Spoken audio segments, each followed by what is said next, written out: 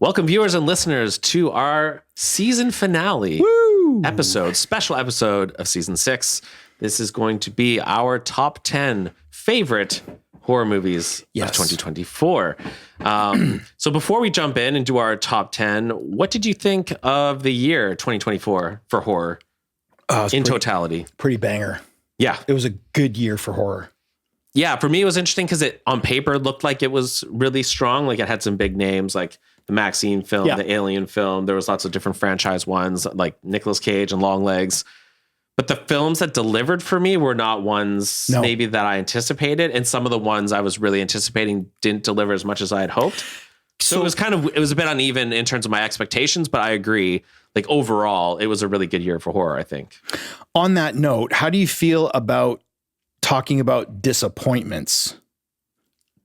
Yeah, I didn't prepare for that, but I'm sure maybe at the end you want to do disappointments, or do you want to do it now? Oh no, we should do it at the end because it might give away. Yeah, I was going to say if we did it now, it would give away. Yeah, I would talk about disappointments. Okay, because I definitely have a few that were like, okay, why?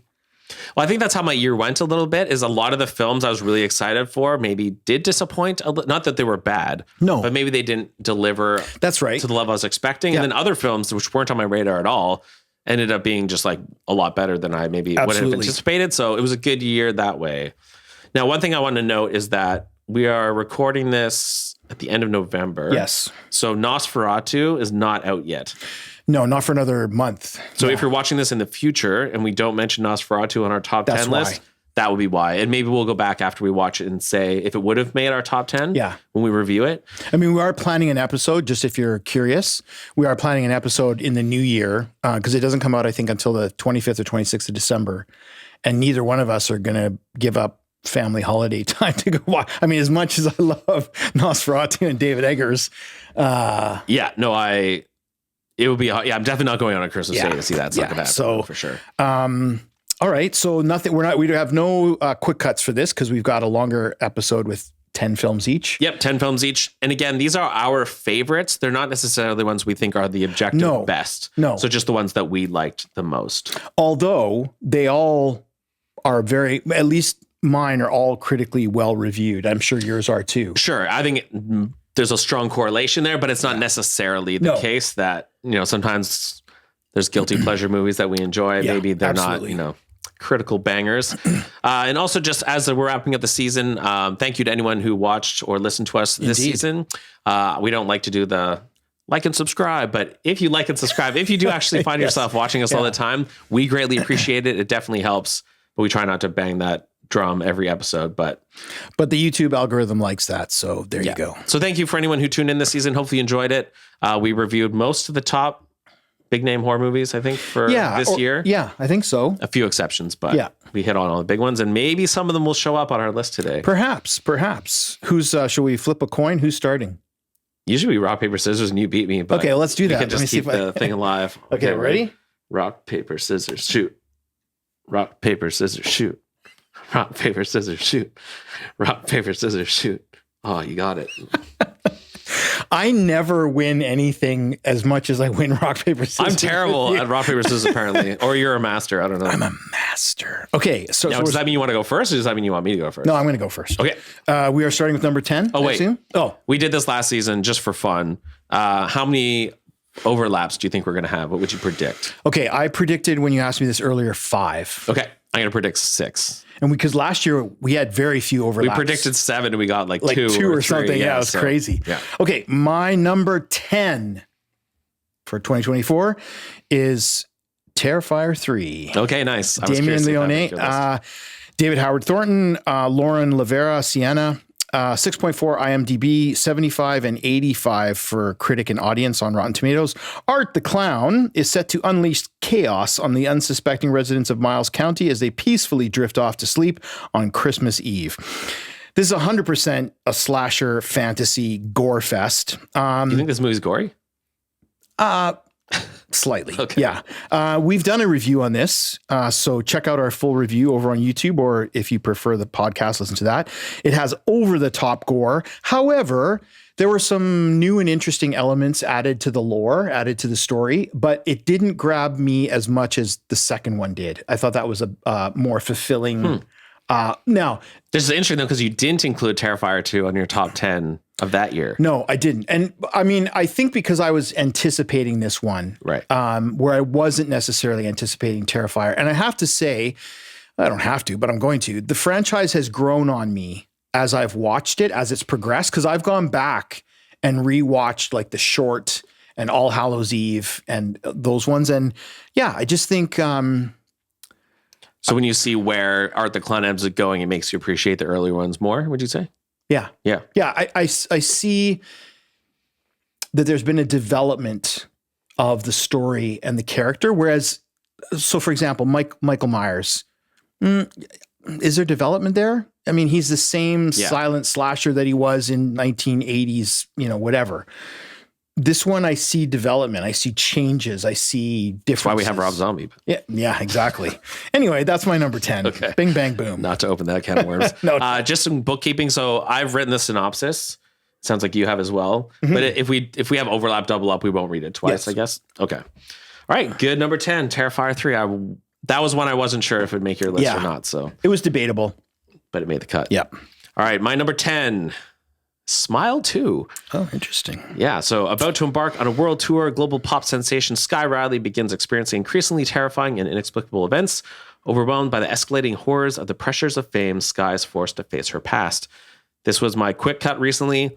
And I mentioned in my quick cut that I just wasn't expecting much from this film. I'd heard some people saying, oh yeah, Smile 2 is pretty good. So I sat down and I watched it and I was very pleasantly surprised. And I would say there's a lot of other films I appreciated this year, but I think this one actually maybe on a visceral level creeped me out the most. Nice. Which is weird. Yeah. I think I said last time that just the smile thing. Yeah, it's super very unsettling. Yeah, it is. And it's effective. And I was really impressed by Naomi Scott. She had a very dynamic performance, very broad range of emotions.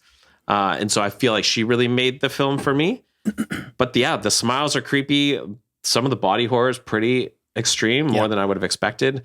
And you expect these franchise films to just be kind of a cheap cash in, where I felt this one actually had some like reverence for the first one and for, it seemed to have some love went into this one. I thought, I think it was a good development from the first one. It wasn't simply a carbon copy with different characters. Mm-hmm. That's always like my worry with those kinds of films is this going to be a one-trick pony where basically you just sub out some characters and you have the same premise? Well, that's it. It's so easy to like, and I'm curious to see if they franchise the hell out of this one. Like maybe we'll have Smile 10 at some point. I think it'll get old, but for this one, at least I was impressed. Yeah. Nice. Good choice. So that's my number 10, Smile 2. And I had to rearrange my whole list because I saw this one this week. Oh yeah, that's right.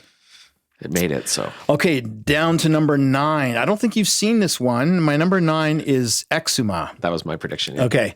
Jang Jae-hyun, my apologies. My Korean is lacking. Min Suk Choi and Go Yoon Kim, 6.9 on IMDb, 95 critic score, 87 audience.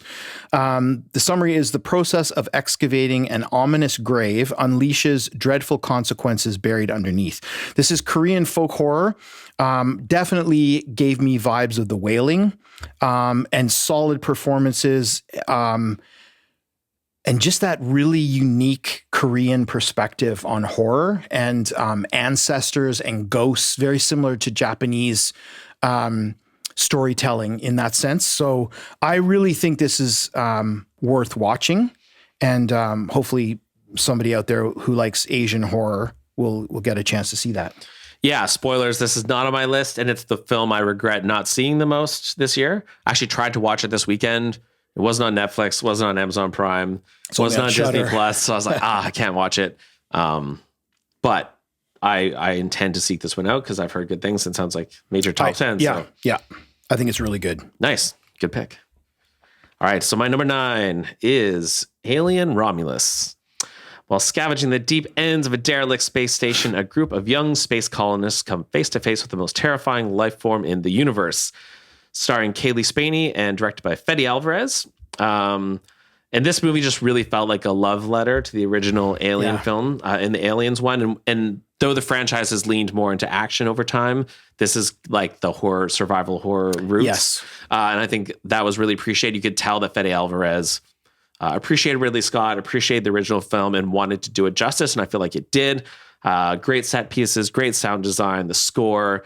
And you can just tell there's like love and reverence for Ridley Scott in the first film. Yeah. This was one I was kind of anticipating would be a good one this year. Me too. I thought it would be pretty good. Feel like maybe this one delivered on my anticipation more than a lot of other films did, perhaps. I think the final act was maybe a bit polarizing for some, but I think there's a lot here. Like if you're a fan of the Aliens franchise, especially the first Alien, there's a lot to love here. Fede Alvarez, I think, did a great job. And for me, it would be one of the better films this year. Plus some newer tricks up their sleeve as well. I'm thinking about like the floating aliens and stuff. Yeah, they do some neat things with it. Yeah, I thought that was pretty cool. I'm expecting this to show up on your list at some point, but we'll see. We shall. Okay. So number 8, my choice, which I don't think you've seen either. Oh, maybe you did. Oddity. Did you see that one? I don't know. Okay. We'll see. Damian McCarthy is the director. Gwilym Lee and Carolyn Bracken. 6.7 on IMDb, 96 critic in 78 audience. A psychic medium attempts to uncover the truth behind her sister's murder at the site of the crime. So this is British folk horror. Quite a good... Is it British or Irish? Oh, I thought it was... Maybe I misspoke there. Maybe it is Irish. I guess you've seen it. No, I was just browsing IMDb one day. I noticed it said it was an Irish film. Never mind. Yeah, maybe you're right. Sorry if I misspoke. Maybe it was a British-Irish crossover. Yeah, I don't know. Yeah. Anyway, it's a low-key kind of approach to the subject matter, but it's very unsettling. It was a winner at South by Southwest, and it won the Audience Choice Award at a number of festivals and stuff. So nice. It's a well done. It's a slow burn. For sure, but it's well done. I enjoyed it. What's it called again? Oddity. That was your number 8? That's my number 8. Okay. My number 8 is Oddity, which is funny. Is it an Irish folk horror?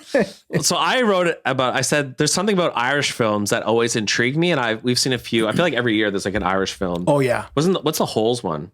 The Deeper You Dig? Or is that the one you're thinking of? Yeah. That's Irish, isn't it? I think that was Irish. Yeah. They just have like a mood to them that is hard to define, but I find it impactful and I enjoy it.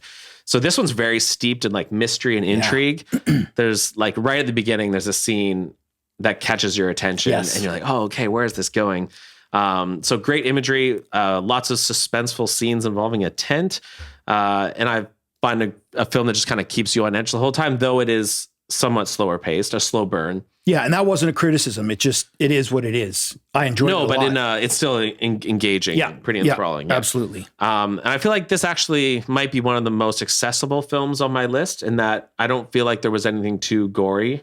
No, it's pretty tame. So I think if you're a horror fan and you want to show someone in your life a horror film that they could stomach and sit through, I think this is a good one. This is more about atmosphere, I think. Totally. Yeah. But everything is solid. The cinematography is great. The lighting is great. The writing is good. The performances are good. It's like dark and atmospheric and just a really solid film all around. So we had a direct crossover, both our number 8s. Nice. All right. Oh yeah, sorry. Leave it hanging there.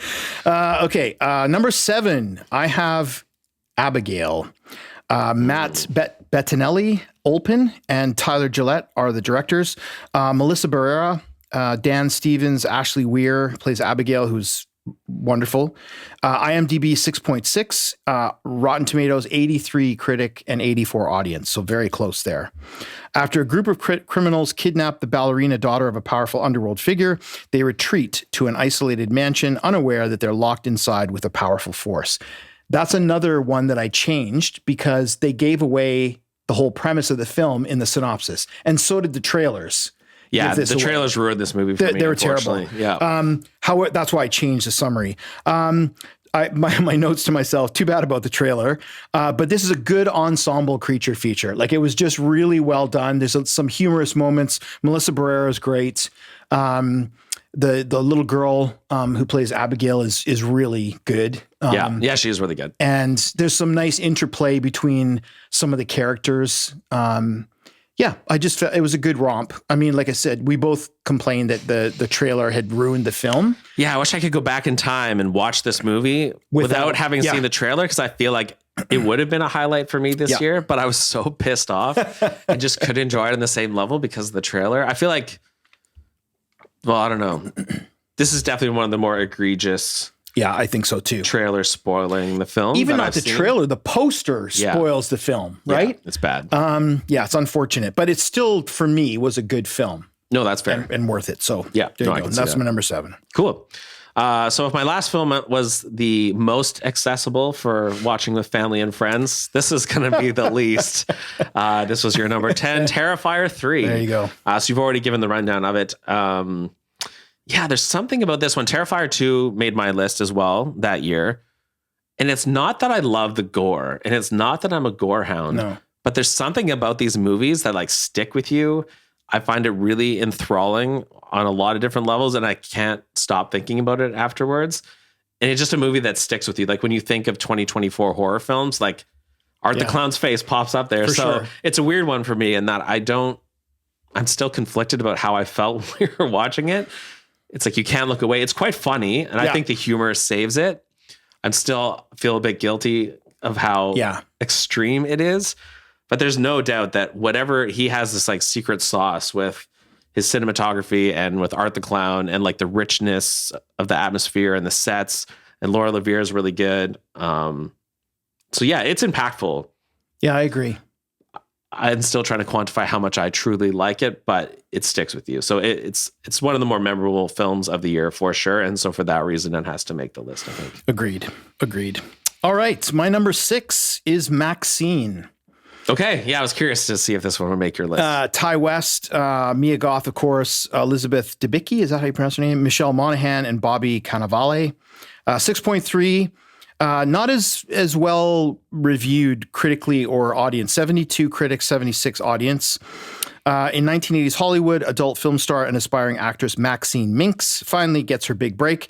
But as a mysterious killer stalks the starlets of Hollywood, a trail of blood threatens to reveal her sinister past.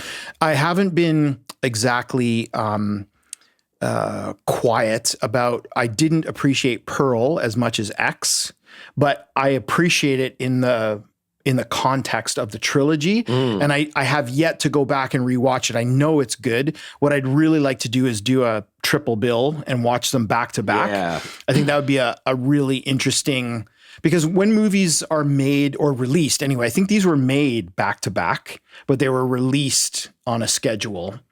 So yeah, maybe. Hey, I can't remember. I always wonder, when you see them separated by time, you don't necessarily notice inconsistencies. That's right. But I'd like to see them back to back, although that'd be a long haul. And then see if the story flows as well as I think it does. So I'm guessing, is your preference then X is your favorite, then Maxine, then Pearl? Yeah. Okay.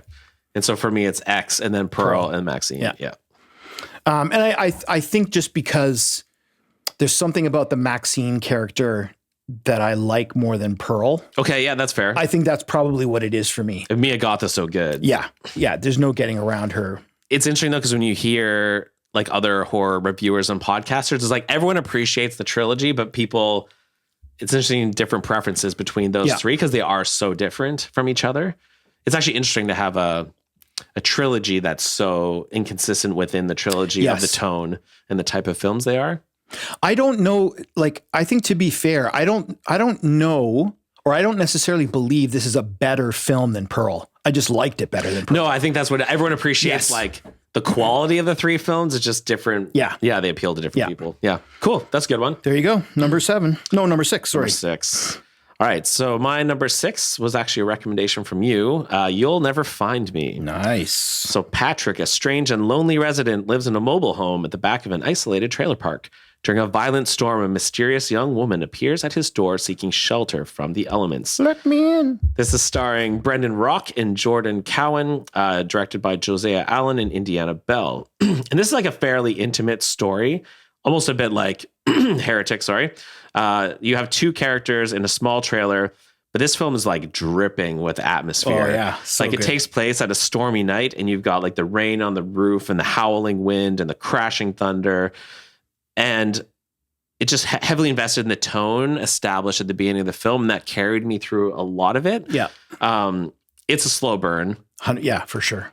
But trying to figure out what's going on and the different characters and how they evolve over time. There's a lot of intrigue and there's like kind of an unsolving mystery. So really strong performances, I thought, from both of them. Yeah. And I was just really captivated by the performances and especially the atmosphere. I think how it ends might be polarizing for some people. Yeah, I could see that. So I don't know if this one is like universally appreciated, but I think at least in terms of atmosphere, it's a standout for the year. Yeah, and I think it's going to fly under the radar for a lot of people. Yeah. Not me, because it's my number 5. All right, you and I are pretty in lockstep so far this year. Yeah, I'd agree with everything you said. It's such a great atmosphere. I think it was a really interesting twist towards the end. Did you like that part? I did. Okay. Yeah, see, I could see being polarizing, but I kind of liked it too. We won't spoil it, of course. No. Yeah, I'm not disappointed, but I think it would have made a good episode. But you would have to rely heavily on performance because there's not a lot else going on. There is, but there isn't. You know what I mean? You were joking about my home theater setup in a previous episode. And sometimes surround sound, like you barely notice it. But for a film like this, like you can hear like the wind all around it, like the rain. I have a flat roof house. Oh, okay. And so that effect of like when you hear the rain, like really thundering down hard on your roof, like this is the coolest thunderstorm in a movie. I can almost remember. It just has that kind of cozy feeling when you know there's like a wicked storm outside. I think that's one of the best parts of this movie. Anyway, that was my number 5. So your number 5. All right. My number 5, I don't think this is going to make your list, but we'll see. This is The First Omen. Like, okay. A young American woman is sent to Rome to begin a life of service to the church, but encounters a darkness that causes her to question her faith and uncovers a terrifying conspiracy that hopes to bring about the birth of evil incarnate. Starring Nell Tiger-Free and Ralph Ineson and directed by Arkasha Stevenson. So this one I'd heard a lot of buzz about at the time. This one came out pretty early in 2024. Yes. I think like March-ish. But despite the hype and going in with somewhat elevated expectations, I was still like very pleasantly surprised, especially for like a franchise prequel. Yeah, that's true. I don't tend to think of those as being really strong films. Well, like Exorcist Believer, right? Exactly. Yeah. So this one really takes the time to establish the characters, which I appreciated. Like there aren't scares for a while, but I found myself very invested in the lead character. There's some disturbing imagery and some pretty grotesque body horror in this, which caught me off guard. The religious horror has that, like, I think you and I are both drawn to them. Yeah. Kind of like that. The Exorcist, it just has this like palpable sense of evil with like the demonic forces and stuff. I feel like so many films try to capture that and often don't. Like there's so many Exorcist knockoffs that are just bad. Yeah. And I feel like though this one is not an Exorcist knockoff, it's going for that tone, but it actually kind of pulls it off. This one's tonally similar to a few other films this year, like Immaculate and Apartment 7A. Yeah. But I like this one better than those two, I would say. Yeah, that's fair. So yeah, First Omen. All right. Yeah. It's a good choice. We're at number 4, yes? Yeah. My number 4 is Longlegs. Okay, nice. Yeah. Oz Perkins, Micah Monroe, and of course, Nicolas Cage, Blair Underwood, and Alicia Witt. 6.7 IMDb, 86 critic, 61 audience for Rotten Tomatoes. In pursuit of a serial killer, an FBI agent uncovers a series of occult clues that she must solve to end his terrifying killing spree. Finally, a trailer that was done right. That's true. With no giveaways and just a very minimal glimpse of the character that turns out to be Longlegs. Good performances. I think really excellent prosthetics and makeup with Nick Cage. Definitely Silence of the Lambs vibes. And we did a review on this one, so go check it out. Nice. Yeah. Yeah. Sorry. Okay. You and I have a maybe more divergent list than I would have anticipated. Yeah, I thought so too, but there you go. Nice. No, that's good. So did you have to debate about that one where it was on your list, or? I moved it twice. Up or down? Down once, up once. Oh, interesting. Okay, yeah. I have to watch that one again. I wanted to watch it again this week to confirm its place. Did you? No. But I'm going on sort of like I didn't rewatch any of these films before I made the list. But I was kind of going on, okay, how much is it sticking in my head? How much do I remember of the film? Like, how much did it stick with me? Were there some standouts for me in the film? Which is why some films, although they were very good and they probably could have made my top 10 on a different day, didn't, just because when I was making the list, it wasn't jumping out at me like, oh yeah, remember that scene, or remember that character, or remember that. So this one I liked. It was unique. I think they did a lot of things that I was like, oh wow, you're going to go there. Yeah. And I feel like it was really cool to have a Nicolas Cage part that was worthy of him and his like antics, but wasn't so over the top that it detracted from the rest of the film. Right. Yeah. Like a Mandy performance, although he wasn't as obviously front and center as Mandy. But his style lends itself to some films. Like he's just the right guy for that film. Yeah. And I think this was one of them. Yeah, there were times where I found him a little bit over the top. This one was interesting, though, because the reviews were just all over the map. Like some people were like, hands down, this is the best horror movie of the year. Other people were like, I hated that movie. Yeah. Whereas other ones were maybe a bit more critically consistent. I feel like I heard a lot of variety of opinion on this one. Yeah, and that's fair. I mean, it's not going to be everybody's cup of tea for sure, but I enjoyed it. And I do want to go back and rewatch it. This is the one I most want to go back and rewatch from the year. So yeah, good pick. So that was your number 4? Number 4. All right. My number 4 is not going to be on your list because I know you haven't seen it. Do you know what it is? No. This is Speak No Evil, the American remake. Oh, yeah, okay. Yeah. So a family is invited to spend a whole weekend in a lonely home in the countryside. But as the weekend progresses, they realize that a dark side lives within the family who invited them. Starring James McAvoy and directed by James Watkins. I was very ensorcelled by the original European version. I thought was really good. Yeah. I hadn't watched it the year it came out, which I think was 2022. But for sure that would have made my list. That movie stuck with me ever since, actually. I think I've talked about it on this podcast many times. Quite a few times. And I was really curious to see what the American remake would do. And we've talked about a lot of these American remakes of films. And I feel like this is maybe one of the best iterations of that. Because at its core, it's still exploring the same themes as the original, but it plays with it a little bit and adds an extra element. But yet it has some of the key scenes. It has some dialogue that's the same. Some of the situations are the same. Then the whole third act is actually like quite different. So that's cool because I think a lot of the times it's like, well, why would I rewatch a shot for shot American remake if it's just going to be a 2 years after the original good version of the original, right? Yeah. So, and if it's the same film, then it's like, well, why watch it again? Whereas this, it's like has the same DNA. But like, because the third act is completely different, or very different at least, you feel like you're getting a new experience still, so it's worth watching. That might compel me to actually sit down and watch it at some point. Because I mean, I know James McAvoy is a really good performer, and knowing that the third act diverges from the original would make it interesting to watch. Because it's Wreck, and what's the other one? Are they both Wreck? Or is there a different name? For what? Wreck. The zombie apartment one. I think the Spanish one was Wreck. I don't know if the remake was Wreck as well. Yeah, I can't remember if they had the same name, but like, if you watch those two films, they're almost shot for shot, except one's in English.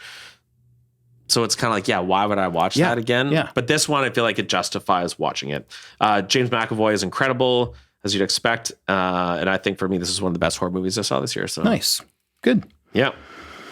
Well, there you go. Are we heading into our top 3? We're heading into the top 3. I have a suspicion that you and I might be completely lockstep here, but we'll see. Yeah, we shall. My number 3 is Strange Darling. Okay. By J.T. Mullner, Willa Fitzgerald as the lady, and Kyle Gallner as the demon. 7.1 IMDb, 95 critic, 85 audience. Nothing is what it seems when a twisted one-night stand spirals into a serial killer's vicious murder spree. Trailer spoiler again on this one. Get it together, people. I know. I avoided this trailer. If you didn't see the trailer, it has a solid twist. If you saw the trailer, you probably guessed what the twist was. At least I did. It's a really interesting, non-linear. So don't watch the trailer. Is what you're don't saying? watch the trailer. I mean, if you've avoided it so far, don't even. I used to seek out. But this film, I think, has gone under the radar more than a lot of the other big horror films this year. So it's possible that people are only hearing about this now. Yeah, possible. So just go watch it. It's a. I mean, I don't want to say tour de force, but it's like balls to the wall, this one. So yeah, I really enjoyed this one. It defied my expectations. I think it plays with some really interesting concepts and social commentary, in a light way, in the sense that it's not overbearing on the film. The film is still what it is. Yeah. But there's commentary off to the side that I appreciated. Yeah. So yeah, that's my number 3. Good one. All right. Well, my number 3 is Strange Darling. Woo! Yeah. As everything you said, I agree with. I will not summarize the film again. This one was just like a completely wild ride. I was glued to the screen the entire time. I think we reviewed this one as well. Kind of Tarantino-esque. And I think we talked about a comparison to Memento. So it's shot out of chronological order in different chapters. Yeah. And it does a good job of playing on audience expectations, both in terms of like what's going to happen, and I think thematically as well. And so this one's really brilliant. Really enjoyed it. Great performances. But it has a sense of fun at times as well, even though it's also like very dark at other times. Really good performances from Willa Fitzgerald and Kyle Gallner. And yeah, do go in blind. Don't read anything about this. Just go see it. But definitely one of the best films of the year, Strange Darling. Really fun. Yeah, tons of fun. Really enjoyed that one. Okay, number 2. I'm curious to hear what you say here. The Substance. Coralie Fargeet. Is that how I thought you said when we reviewed this that this was going to be the best one of the year. Yeah, well, I hadn't seen the other one. Like, I hadn't seen the actual best one yet. Yeah, exactly. Okay, is that how you say her name? Fargeet? Yeah. Okay, Demi Moore, Margaret Qualley, and Dennis Quaid as a real prick. IMDb 77.5 and Rotten Tomatoes 90 critics, 75 audience. We've talked about this in our review, our episode, why we thought the critics appreciated this much more. Yes. So the summary is: a fading celebrity takes a black market drug, a cell-replicating substance that temporarily creates a younger, better version of herself. This is body psychological horror and dark comedy. It is absolutely disgusting in parts. It's very clever. And I mentioned in our review that in my mind, it's Demi Moore's best performance ever. Yeah, I just think she's outstanding. And it's a really, really interesting film. Better than Ghost? Well, yeah, I don't know. You're pulling out all the stops there. But we did talk about how we thought that the finale might turn some viewers away. It asked a lot of you as a viewer, but the movie itself was just outstanding. Yeah, really good. I don't have anything else to say. And your number 2? My number 2. Now I see why you wanted to go first with rock, paper, scissors. Is The Substance, which you just summarized very nicely. Yeah, this one just came out of nowhere for me. Like, we had talked about all the like big films we were expecting for 2024. This was not on my radar. I didn't even hear about The Substance, I think, until September. Yeah. And then when we saw it together, yeah, I would say this was the second best theater experience for me this year. I laughed, I recoiled in discomfort, I stared jaw wide open at the floor, and experienced a roller coaster of emotions for this film. Also enjoyed watching like the 7-year-old ladies in front of us watch this film. Someone walk out at one point. Hard-hitting social commentary, amazing performances by both women, and an over-the-top finale made this a memorable experience, though for some might be a deal breaker. And I think maybe for me, that's what held it back from being the number 1. The last act for me just didn't quite work. Not surprised, though. Do you think this will win Oscars? Or be nominated? Let's say nominated. Excuse me. I'd like to think so. I hope so. I think it's worthy. Yeah. I can see Demi Moore. Yeah. And I think you just nailed it for me as well. The reason that it didn't stay at number 1. This was on my number 1. I had put this at the top of my list weeks and weeks ago. Yeah, I know. I'm thinking that not a chance anything was going to knock this out of the park. And something did. Because I was thinking back to that episode where you're like, we just saw the best horror movie of the year. Yeah. I was like, well, there's still 2 more. You're like, no, those don't matter. It's going to be this one. And it wasn't. I was wrong. I take my loss. I just wanted to hear you say I was wrong. So. There you go. All right. Drum roll. You're number 1. Heretic. If you are a viewer, a listener, a fan, dare I say a fan, you know that our last episode was on Heretic, and we loved it. And so that was my number one of the year. Scott Beck and Brian Woods, Hugh Grant, Sophie Thatcher, Chloe East, and Topher Grace cameo. 7.2 IMDb, 91 and 77 respectively critic audience on Rotten Tomatoes. Two young religious women are drawn into a game of cat and mouse in the house of a strange man. Psychological horror, outstanding performances. Grant is just so good. I mentioned this in our review episode that this plays out like a drama, like a play, with limited scenes and limited characters, and the dialogue is just to die for. It's so good. It's so well written. It's so tight. The pacing, even if there's not much happening on screen other than two women looking at a guy talking, his talking is so compelling that it works anyway. Doesn't matter that they're not moving or anything else. But yep, there's number one. So we didn't have the same number one because I thought you totally forgot about one, I feel like. Maybe. Because my number one is Trap by M. Night Shyamalan. Sure it is. You don't believe me? No. My number one... My number one is Heretic as well, yes. So boring. We've never been lockstep top three. I don't think so. We've always had something. Because last time I had picked Talk to Me and you had picked When Evil Lurks. I think we were the inverse of each other. Yeah. So anyways, this time we're spot on. So yeah, everything you said, I think for me, I just wasn't expecting this film to end up being what it was. Like I thought the performances would be good, but just the whole commentary on religion and how sophisticated it is and how rich it is. I think this one will age really well. I think this one you could study and watch many times.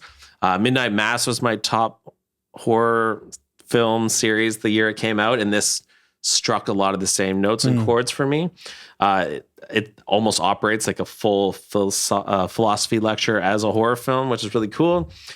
May not be for everyone, but if you're interested in that kind of subject matter, there's no doubt the quality of the film is super high. It's very engaging, very thought-provoking. I think it's the best horror movie I've seen this year, and probably also the best movie, hands down, I've seen this year. I don't think I can't think of anything outside the horror genre. I almost feel like as time goes on, we're seeing more of the best films of the year fall into the horror genre. Yes. I think a lot of the best directors and I think the Marvelization of Hollywood has pushed out a lot of the dramas and the things we would normally see in theaters. And those directors have gone to horror because I think horror still does well at the box office, but we're seeing like really high quality content and commentary woven into horror movies. So, I mean, I'm biased, obviously, because we do a horror movie podcast, but I also feel that as a director, this could be controversial, you are less hamstrung in the horror genre. Meaning that you can pretty much do whatever you want. I mean, yes, there are tropes, but you can subvert the tropes. Mm-hmm. Whereas in a drama, somebody might say, "Oh, that's not going to fit in a drama. That's not like standard fare." Whereas horror, I think, is more, and fantasy falls into science fiction to some extent. It's more forgiving in how you depart from the tropes. Yeah, and in many ways, it's welcomed for departing from the tropes, as opposed to, rom-coms or dramas or sitcoms or whatever. There's an expectation of this is going to follow this. Exactly. And horror, the best ones are when they don't do those things and you go, holy cow, I didn't see it going there. And that's what drew me into the horror genre in the first place, was just getting so sick of every rom-com, you know, all right, they're going to get together, they're going to have a fight. So they're going to break up and they get together back at the end, or like action movies. Okay. They're going to be a bunch of fight scenes. They're going to get the bad guy. The good guy's going to win. But horror is just so interesting. Yeah. Like you just get, And I like having gone back and watched the Halloween franchise, the Friday the 13th franchise. Like there was a lot of pretty crappy, when you have a guy boxing with Jason on top of a skyscraper in Manhattan, horror's come a long way. Like, and then you watch, Heretic and the Substance. No, it's true. I'm just remembering that scene where he's punching him in the mask. It's like, and then he punches his head off. Like, I think there's a reason why people of our age, when you tell them we love horror films, like that's what they're thinking of oftentimes. Yes. Yeah. Like, oh, you like horror movies? But when you look at like Ari Aster and Hereditary, you look at Mike Flanagan, or you look at films like The Substance and Heretic, like, sorry, these are like hands down some of the best films of this year. Yeah, Eggers, exactly. Strange Darling, and we haven't even seen Nosferatu yet, but it'll probably be on this list as well if we could see it. So there you go. There you go. So time to talk about disappointments. Yeah, that's just interesting that we had the same top three. I wonder if that'll be... Do we have four then?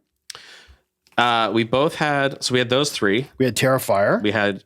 Oh, did you have You'll Never Find Me on your list? Yeah. Right. Oh, we had 6 then. And Terrifier was 5. No, 5. And Oddity, 6. Oh, wow. You were right. I was right. I think I called 5. You called 6. Yeah. So you didn't have Alien Romulus on your list? No. And I don't disagree with the things that you said about it. I really enjoyed it at the time. It was just one of those things where it's like, okay, where would it have gone? What it's would a little more actiony, I guess. Yeah. Well, I mean, yeah. And it didn't disappoint as an Alien franchise. I thought it was really good, and they did some different things, but it didn't grab me the way some of the others did, I don't think. Do you think there's any recency bias? Do you think if you'd seen Heretic first and then The Substance, that they maybe would have flipped them for you? Maybe, but I still think the finale would have put me over the top on The Substance. Yeah, we mentioned how Heretic really sticks the landing and Substance not so much. Yeah. So for me, that was the difference maker. Me too. So yeah. Because we've talked about in The Substance one, I think it could have ended at several points before it did, and still made a solid film that made sense.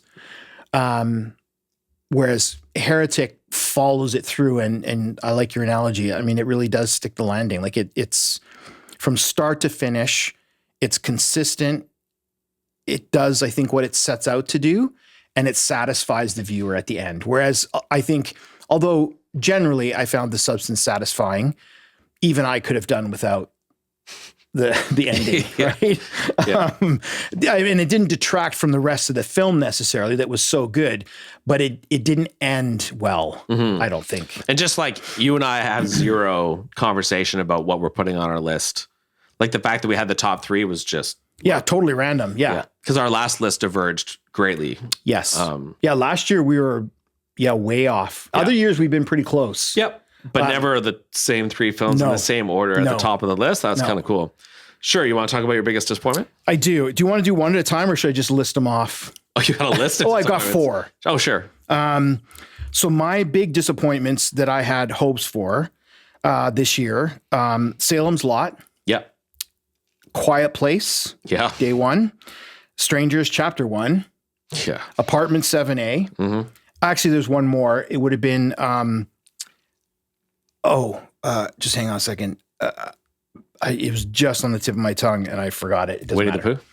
No, that was actually better. It was. Actually, shout out to Winnie the Pooh, Blood and Honey 2. Yes. I think we were both, when we dumped on that movie hard with the first review. One, yeah. But we both liked the second one. The second one was not half bad, and it was better. It delivered what I expected, whereas these ones did not. There was a time in the summer where I thought maybe this is going to make my top 10, but no, unfortunately.